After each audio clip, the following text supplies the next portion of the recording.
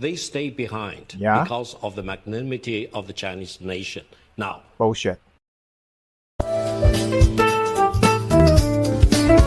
Welcome back to Micky's channel. Today I'm going to talk about the difference between China and Taiwan. This is the promise I took the last time in Brunei. I met my friend Kwang from Spain. I promised him to make an English version to explain the history of Taiwan and China. But I find out there's some channel talk about our relationship. They're even better than I can explain. So I think maybe I just play the video and to see if their point of view are different from mine. Okay, let's check it out. I haven't seen this video before, so I don't know what it's going to say. So let's watch it together. Are there two Chinas? Well, there's two governments, both with China in their names. There's this one, the People's Republic of China, which sits here. Then there's the Republic of China, also known as Taiwan, over here. These small islands that make up Taiwan are home to 23 million people and sit just southeast of mainland China. Since 1949, they have had an independent government, which was once a one-party military dictatorship and has since become a multi-party democratic government. Then back to the mainland, where 1.3 billion people are governed by the Communist Party of China. So which one is the real China? And where does Taiwan fit into all of this? To understand what's going on, we need to go back to 1912, to the fall of the Qing dynasty and the end of 2,000 years of imperial rule. That's when the Republic of China, or ROC, was founded. It looked like this. Over the next 15 years, armed rebellion spread across the country, leading to the birth and growth of the Communist Party of China. After the mass killing of communists in 1927, they fought back against the ruling nationalist government, and the Chinese Civil War officially began. After World War II ended in 1945, the Chinese Communist Party succeeded in overthrowing the Nanjing-based ROC nationalist government in 1949, who then fled to Taiwan and made Taipei its new capital. The People's Republic of China, PRC, established its capital in Beijing, and the ROC lost its UN seat to the PRC in 1971. The PRC officially holds the title of China, but many countries still have unofficial ties with the ROC. For instance, the US Congress set up the Taiwan Relations Act, allowing the US to continue some foreign missions there, such as the sale of more than $25 billion in arms to the island since 2007. So there's one government in Taipei and another in Beijing, and the two governments are at odds over the status of the island. For the PRC, there is one China, and Taiwan is a part of it. In 1992, both governments kind of agreed to this, but they differ on who is the legitimate government of that China. So what do the people of Taiwan think about this? The majority of the population, although ethnically Han, by and large consider themselves to be Taiwanese and not Chinese. And although independence was tacitly restricted by the 1992 agreement, some of the newer political leaders have expressed their desire of sovereignty. 在这里，我要重申，台湾绝不会接受一国两制，绝大多数台湾民意也坚决反对一国两制，而这也是台湾共识。 But Beijing is not budging. Instead, it has reiterated its desire for what it calls peaceful national reunification, and threatened that if Taiwan goes for independence, then the peaceful part of the unification could go out the window. 我们愿意为和平统一创造广阔空间，但绝不为各种形式的台独分裂活动留下 But could the mainland use military force to accomplish this reunification? Experts say the chances are low. Firstly, there's a 160-kilometer-wide Taiwan Strait to cross. Ferrying troops would be a slow-moving and difficult operation. The surviving forces would still have to trudge through the beach with their equipment under heavy fire from the 180,000 active-duty Taiwanese soldiers, plus some or all of Taiwan's 1.5 million reservists. Instead of military power, China is trying to use political and economic means to bring the island back under its control. China is the island's largest trading partner. It's been good for business on both sides of the strait, but it does give the mainland leverage. So are the two sides ready to take on one another? Oh, it ends here. Okay. Somehow explain the history a little. Okay, here is another video. Chinese missiles are dangerously flying over Taiwan, and China's armed forces are conducting military exercises near the island, an exercise that could turn into a full-scale invasion by the army of Communist China and result in a third world war for all mankind. What was the history of China's relations with Taiwan, and why did such tensions arise between the two countries? Taiwan before Chinese rule. The first attempts by the Chinese authorities to incorporate Taiwan were made in 610. Later, however, these lands fell under Japanese rule, local pirates, or returned to Chinese territory. Before the 17th century, the majority of Taiwan's population was Austronesian. Chinese craftsmen, pirates, and traders made up only a small proportion of the population. Initially, in the era of geographic discoveries, the island was under Portuguese rule and was named Formosa. Subsequently, the Dutch East India Company established itself on the southern coast, and the Spanish established themselves on the northern edge. The Dutch desire to get rid of their trade rivals and sworn enemies spurred them to war with the Spanish colony of Taiwan, and culminated in a victory for the Dutch in 1642. The Dutch colonists developed a network of rice and sugar plantations, and also used Formosa as a trading base in the Pacific. Chinese Civil War. By contrast, China itself was in turmoil at this time, with several massive uprisings and the overthrow of the corrupt Qing dynasty in 1912. The Xinhai Revolution, in which the rule of the Chinese emperor was abolished, led to the establishment of a republic and the formation of several political groups. They were engaged in an intransigent struggle that eventually degenerated into a civil war.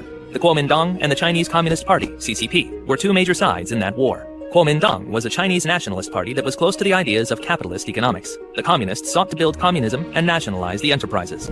Despite sharp ideological contradictions, these parties united against the various military juntas that controlled much of China. Thanks to the success of the Northern Expedition, the parties were able to establish their power in almost the entire eastern part of the country, where the majority of the population lived. Soon after, however, a bloody standoff broke out between the Kuomintang, led by Chiang Kai-shek, and the Chinese Communists, which began with the execution of the Shanghai Communists by the Kuomintang. The Communist Party went underground. Most of its military units had been destroyed, and party members had been subjected to reprisals. However, the Communist Corps, led by Mao Zedong, managed to save its forces and redeploy its units from southern China during the Great Campaign to the area near Yan'an, where it was much more convenient to receive aid from the Soviet Union. China's war with Japan. Meanwhile, Japan, taking advantage of China's weakness and disengagement, captured Manchuria in 1932 and established the puppet state of Manchukuo, led by former Chinese Emperor Puyi. 5 years after a series of localized military engagements with Chinese forces, the Japanese army of nearly 500,000 launched a full-scale invasion of China. Despite the numerical advantage of the various Chinese armies, the Japanese were able to quickly defeat the Chinese forces near Shanghai with better training, discipline, and equipment. The Japanese also defeated Chinese forces near Nanjing and occupied almost the entire coast of China and much of the eastern province. In this situation, the Communists and Kuomintang members decided to reconcile temporarily and join forces to fight a ruthless enemy. The bloody and bitter war with the Japanese occupiers continued with mixed success until the end of the Second World War, costing the Chinese people more than 17 million lives. The Communist-Kuomintang standoff after World War II. It was not until 1945 that the Allies in the anti-Hitler coalition were able to defeat Nazi Germany and launch an active offensive against the Japanese troops stationed on mainland Asia. The Soviet Army liberated North China and Manchuria from the Japanese. The liberation of other Chinese territories was carried out by the forces of the Kuomintang and the CCP, with significant support from Britain and the United States. Immediately after the expulsion of the Japanese, an irreconcilable struggle between the Communists and the Kuomintang resumed, with Mao Zedong relying on the support of the USSR, the resources of Manchuria, and northern China. The US government, fearing the rise of communism, began to lend support to the ruling nationalist Kuomintang. In the same year, the Republic of China, led by Chiang Kai-shek, became a member of the United Nations. In addition, the island of Taiwan was returned to China. However, total corruption, fatigue from the Kuomintang's repressions, and the collapse of government forces led to the triumph of the Communists. They managed to capture all of eastern and central mainland China until 1949. Kuomintang's loyalists, led by Chiang Kai-shek and the remnants of the defeated government forces of the Republic of China, evacuated to Taiwan, from where they planned to retake mainland China with US help. Meanwhile, Mao Zedong had established a Communist People's Republic of China on mainland China, which regarded Taiwan only as an integral part. The China-Taiwan struggle. There were two small border conflicts between Taiwan, which was ruled by the Kuomintang, and the PRC. During the skirmishes, the Chinese people from Taiwan had to repel the Chinese mainland's attempts to capture the islands between Taiwan and the People's Republic of China. From 1954 to 1955, the People's Republic... The flag of Kuomintang here, actually it should be the flag of Republic of China, not just the flag of Kuomintang. I will correct the flag here. Republic of China captured the Yijiangshan and Daqian Islands, and 3 years later tried to take control of the archipelago near Tianmen. However, after losing 25 fighters in the battle, the Communist Chinese army retreated. The United States has provided substantial support to Taiwan in these conflicts, having provided arms and financial support to this island nation since 1949. In addition, the United States passed the Taiwan Relations Act in 1979, which provides for military support in the event of an attack by another country on the island. The People's Republic of China was actively supported by the Soviet Union until the end of the 60s. Taiwan's political changeover. Both countries were ruled by authoritarian regimes in the late 1970s. They carried out brutal repression against their political opponents, turned the election into a sham, and imposed severe censorship. Chiang Kai-shek created a single dictatorship in the Republic of China in Taiwan, and Mao Zedong established a totalitarian regime in China. After the death of Chiang Kai-shek, his son, Chiang Ching-kuo, came to power in Taiwan and ruled until 1988. He abolished martial law and eased censorship. During the reign of his successor, Li Tenghui, the country underwent final democratization and... The government, politician, and the polity changes. Held its first parliamentary elections. Li's reforms gave the Taiwanese complete political freedom. Today, Taiwan's political life is characterized by a clash between two major parties, the Kuomintang, which held power until 2000, and the Democratic Progressive Party, led by Tsai Ing-wen, who has held her position since 2016. Democrats advocate international recognition of Taiwan's independence and reject the possibility of unification or rapprochement with China. This, of course, is extremely unpopular with Chinese communists. The representatives of Kuomintang officially take a rather moderate position and advocate the preservation of the current state of relations with mainland China. Taiwan's economy. Taiwan developed as a capitalist country. It made good use of the infrastructure that had been built during the Japanese regime. Also, it was attracting foreign investments. The island republic relied on high-tech production of component parts and electronics. It also introduced land reform, which stimulated the development of farming. In addition, the government of the island republic introduced concessional assistance and loan programs for its citizens. This has contributed to the growth of small and medium-sized businesses. Since the 60s, Taiwan has experienced a boom in the production of chips and semiconductor parts. Many Japanese and American manufacturers of household and computer equipment, including Toshiba, Panasonic, IBM, and Intel, opened their branch offices in Taiwan. This helped the rapid economic growth that went down in history as the Taiwan economic miracle. During this time, the country's GDP growth increased by 9% during the year. At the beginning of the 21st century, Taiwan produced 62% of the world's semiconductors, and the country was ranked 18th in terms of per capita GDP. China's economic and political development. In China, after Mao Zedong came to power, enterprises were nationalized. There was also a failed policy of the Great Leap Forward, which was established to overcome. It shows the difference between two polities, between Democracy Party and Communist Party. China's economic and technological lag. During this program, an absurd and pernicious war with sparrows was conducted. In villages, the production of very poor quality steel was initiated. The village land was collectivized and harvests were requisitioned. The designs that were supposed to spur industrialization devastated mainland China's economy and resulted in the starvation of about 36 million people. China's economic policy changed significantly after the coming to power of Deng Xiaoping. During his reign, there was a transition from a communist state mode of production to a private capitalist one. Foreign investments were also attracted, including money from American companies, which were attracted by the shocking cheapness of Chinese labor and the presence of rich deposits of lithium, iron, and aluminum. After the economic reforms, the Chinese economy began to grow steadily and confidently, but no political liberalization took place in this totalitarian state. The Communist Party of China continues to maintain a monopoly on political activity in the country. There's a lot of censorship. Wikipedia, YouTube, and Facebook are banned. Reprisals are carried out against dissidents and members of national minorities. International status of China and Taiwan and relations between them. For a long time, Chiang Kai-shek's government, situated in Taiwan, was recognized by the United Nations and most of the countries of that time as the sole legitimate representative of China. The situation changed in 1971, when a majority of United Nations members voted to replace the representative of the Republic of China, Taiwan, with the representative of the People's Republic of China. In 1978, Communist China began to open up its economy. A year later, the U.S. realized new trade opportunities and officially... That is when Taiwan used to be China, but now People's Republic of China represent China, and Republic of China, which is Taiwan, cannot represent China. That is the key point, the changing point. Established diplomatic relations with China. However, they continued their partnership with Taiwan. Following this decision, most countries established diplomatic relations with China and severed relations with Taiwan. The few countries that still because the mainland China, People's Republic of China, is growing, becoming more influential. So all the countries look up to them. So they reduce the cooperation with Taiwan. Have formal diplomatic contacts with Taipei are under systematic political and economic pressure from Communist China. There is economic cooperation between Taiwan and the People's Republic of China, but at the official level, the countries do not recognize each other. In China, there is a Ministry of Island Affairs, which is responsible for contact with Taiwan. In Taiwan, this role is played by the Mainland Affairs Council. The desire of the Chinese authorities for world domination and expansion in Asia stimulates the People's Republic of China to intensify its efforts in the sphere of Taiwan's annexation. Most of the islands... They try to eliminate our existence, which means they want to eliminate Taiwan.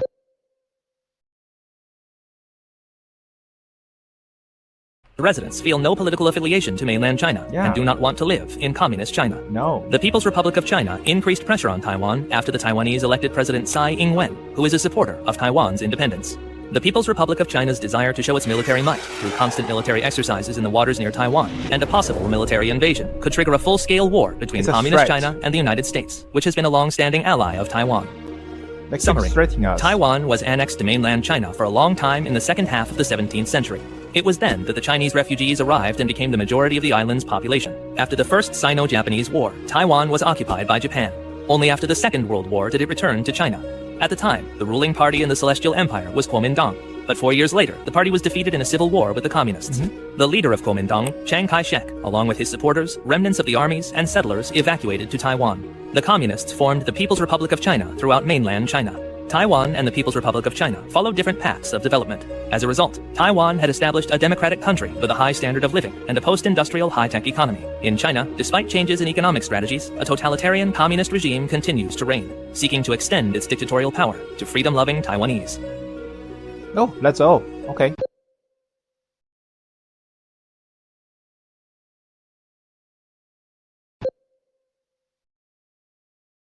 I think I agree most of his view. Someone say Taiwan do not use simplified Chinese. Simplified Chinese. It means we use the classical Mandarin, the real one. And the People's Republic of China, they use the different Mandarin. They use different Chinese words. We are different. Also, we are very different in many ways in our lives. And also, I want to show you guys a video to talk about what is Chinese Taipei due to the Olympic Games recently. I think there still many people do not understand why. Oh, I cannot play the video. Okay, let me search the video. Because many people don't understand and do not recognize what is Chinese Taipei. Actually, there is a history to talk about. Let me see if I can find our subject. This issue. Okay, I find the video. Last week, traveling down the Seine was a vote for a country that doesn't exist. Chinese Taipei first appeared in the 1984 Winter Olympics as a forced rebrand for this, the Republic of China, or as I'll call it in this video, Taiwan. Yeah. Here's the real Taiwan. Taiwanese flag. Here is what you get at the Olympics. This flag is only waved for sports. How did this happen? Why is Taiwan Chinese Taipei in the Olympics? The Chinese from Taipei were so determined to stay in the games that they wanted to participate in everything. This story doesn't just track UN votes in the history of China and Taiwan. This is way more complicated than what China wants. It's about an island that has competed under 6 different names at the Olympics in under a century. It's about what sports means on the world stage. Poisoned orange juice, yes.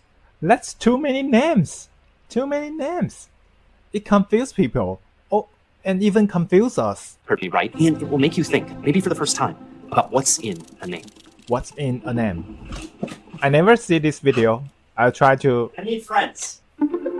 let's Before watch you it get together. to Chinese Taipei rolling up on the Seine, it all starts with the Taiwanese athlete, or as they once competed, Japan. When I lived in Taiwan for the first time in 1991, I first started at Donghai University, which is kind of on the outskirts of Taichung in central Taiwan, really beautiful campus. Moved downtown to be closer to the language school, and I ended up, by coincidence, living a couple blocks from the baseball stadium. Not knowing anything about the Japanese history of bringing baseball to Taiwan, obviously got to know that more closely. Basic interest in sports, and then just kind of bumping into these instances that just by themselves, like, they just pop open with such interesting historical facts and surprises and stuff. For a period of 50 years, from 1895 until the end of World War II, Taiwan was a colony of Japan. This map is from 1894. It features China, Japan, and Formosa, what we'd call Taiwan now. Formosa is kind of foreshadowing, by the way, but it is a part of Taiwanese history. It's from the Portuguese Ilha Formosa, for beautiful island. In 1895, with a brief intervening independent rule, it went from China to Japan. You can see it at the edge of this 1933 map of the Japanese Empire. And in the Olympics, Taiwanese athletes competed as Japanese, even taking Japanese names like Seiken Cho. That same logic drives Taiwanese who volunteered to fight in World War II for Japan. They don't know that Japan is going to have to give back Taiwan in 1945. To them, we're Japanese. Notice the flag on his shirt. It's Japan's. At the same time, China wasn't the People's Republic of China. They were the Republic of China from 1912 to 1949, and they took tentative steps onto the Olympic stage. But then, suddenly, you had a new name on the name tag. Japan had to give up Taiwan after World War II, and it was listed officially as China in the Olympics. You can see China here in the opening ceremony, and they were listed as China with this Republic of China flag. But it is in 1949 that a new era truly began. Since 1949, this narrow body of water has been both a symbolic and a realistic moat, separating the Taiwan Island complex from the coast of the communist-held mainland of China. The communist takeover of China turned the mainland into the People's Republic of China and Taiwan into the Republic of China because of all the people who fled there. That makes this the new name for Taiwanese athletes. It is hard to overestimate the next 30 years of chaos and drama. This was the peak. Now Taiwan was the Republic of China, the country's official name even today.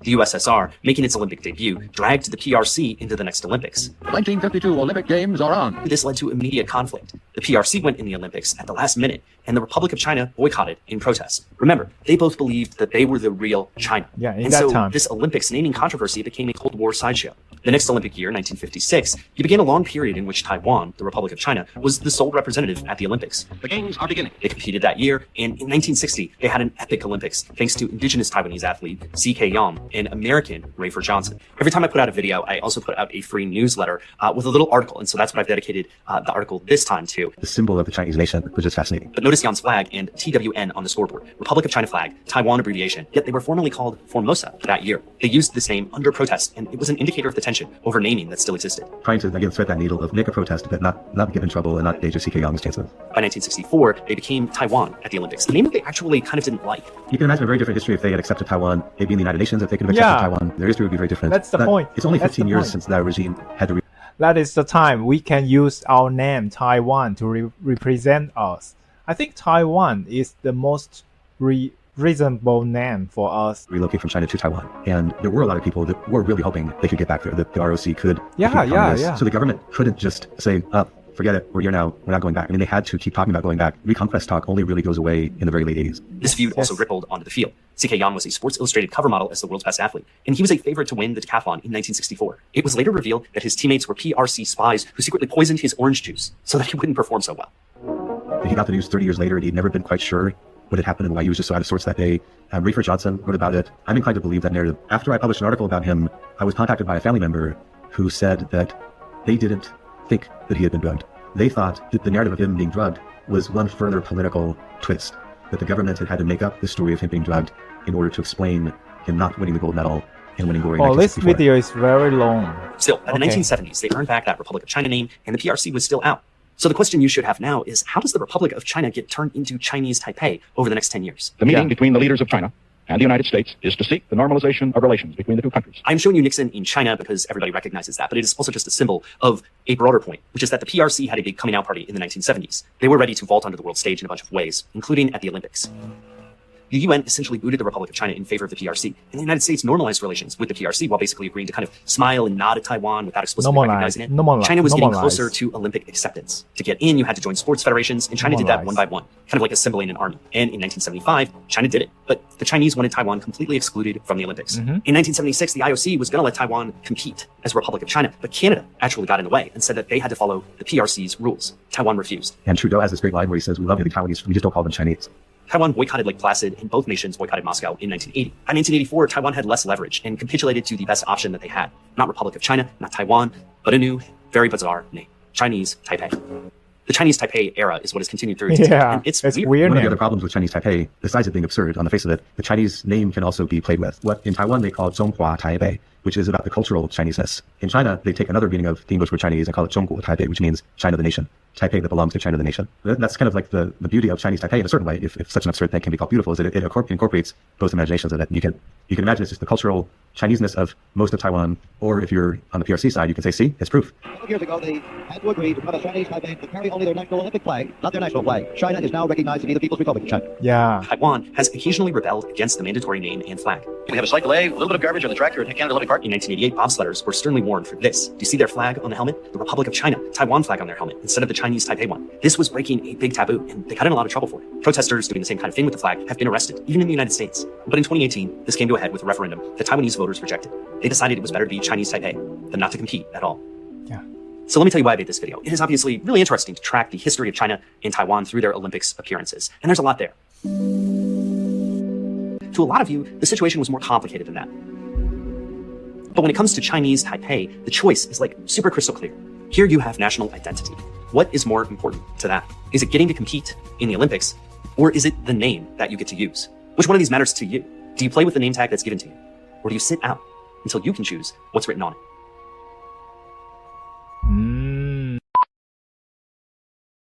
Okay, I think that's all the video I want to show you guys. And also, there is a very funny video just released. It's so funny. I should let you guys watch it, because when I saw that video, that was crazy, so crazy. Which the reason we don't like Chinese people, because of this video.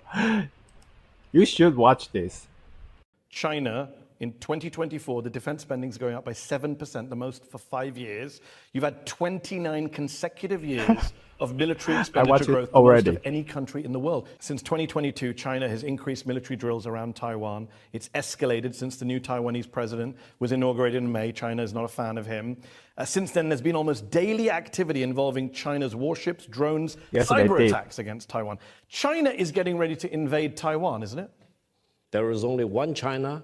Taiwan is part of China, and the government of the People's Republic of China is the sole legitimate government for the totality of China. The exact status between the two sides of the Taiwan Strait is the unfinished civil war.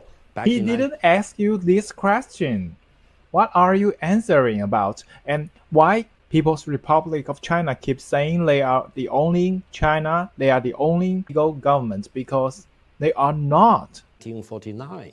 So ever since the beginning of the 1980s, China does not want to use a war to solve this unification problem. You don't want to use a war, but you're surrounding it with ships, drones, cyber attacks, and making lots of threats. Yes, a lot of threats. Each time when the separatists in Taiwan want to push the edge of the envelope, they will come across more and more demonstration of the commitment of the Chinese nation to eventually achieve peaceful reunification or otherwise. Your defense minister said anyone who dares to pursue independence for Taiwan will be crushed into pieces and face destruction. Sounds like a truly peaceful guy. Yeah, they said that. That's a real statement, because if the separatists so really peaceful, want to push the edge of the envelope with the aid of some big country, for example, which wants to use Taiwan as a proxy in its own geopolitical rivalry against China, then wait until you see what will happen.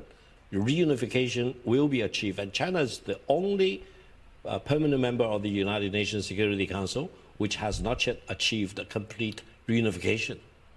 I'm always amused with this phrase reunification, because if it's one China, it's invasion. It's not one China. Clearly, you're accepting by definition if you need to reunify it. They are doing their own thing. Yeah. And why this obsession with Taiwan? You are a country of 3.7 million square miles, a population 60 times that of Taiwan, economy 20 times the size of Taiwan. Why are you obsessed with Taiwan? Why not just leave them be? Leave us be. In terms of defending China's sovereignty and territorial integrity, any inch of land is not 1 inch too much. Any one single person is not one person. But they lose a lot of lands to Russia. Even though they don't want to be part of your country. No, we don't. 12% of the people of Taiwan say they want to maybe less. 12%. You can't get more unpopular than that. It's not up to the people in Taiwan to decide about the one China policy. You're very blunt in your disregard for people's views, freedoms, dignity. You say you don't care about what they think. They don't care. You also said in an interview with the French newspaper Le Monde, freaking don't care. Once we get the island back, we'll have to ask everyone's origins. Those who have Japanese ancestry, who you basically say constitute 10% of the population, will have to pledge loyalty to reunification in writing. Otherwise, we'll have to help them leave. Leave You're where? basically calling for the ethnic cleansing of 2.3 million people in Taiwan. No, you remember back in 1945, when Japan unconditionally surrendered, a lot of people in Taiwan who originally came from Japan, they were the rulers of Taiwan at the time, they stayed behind because of the magnanimity of the Chinese nation. Now, several decades later, they account for about 10% of the local population in Taiwan. Maybe more. If you really do your homework, you will realize that those die-hard Taiwanese separatists include many of these Japanese Chinese. But okay. But you would get rid of them. You would get rid of 2.3 million people. No, after the reunification, everyone in Taiwan need to make a pledge whether they acknowledge there is only one China and Taiwan is part of China. And if they don't make that pledge, they're out. Those who pledge for the one China policy, they are local By the way, citizens. you didn't say everyone. You said of Japanese descent. That is literally ethnic cleansing. You're picking people by their ethnic heritage, making them do a loyalty test. Otherwise, this guy represents it is not a loyalty test. Here, Chinese for example, government. in Britain, that if you are a British this citizen, is what you they need to think support about the us. monarchy. You cannot say, I'm standing in Britain. I don't support the monarchy. I don't like King Charles. No, you cannot say. No, I just said it. Mehdi, I literally just said it. You cannot take any action to apply.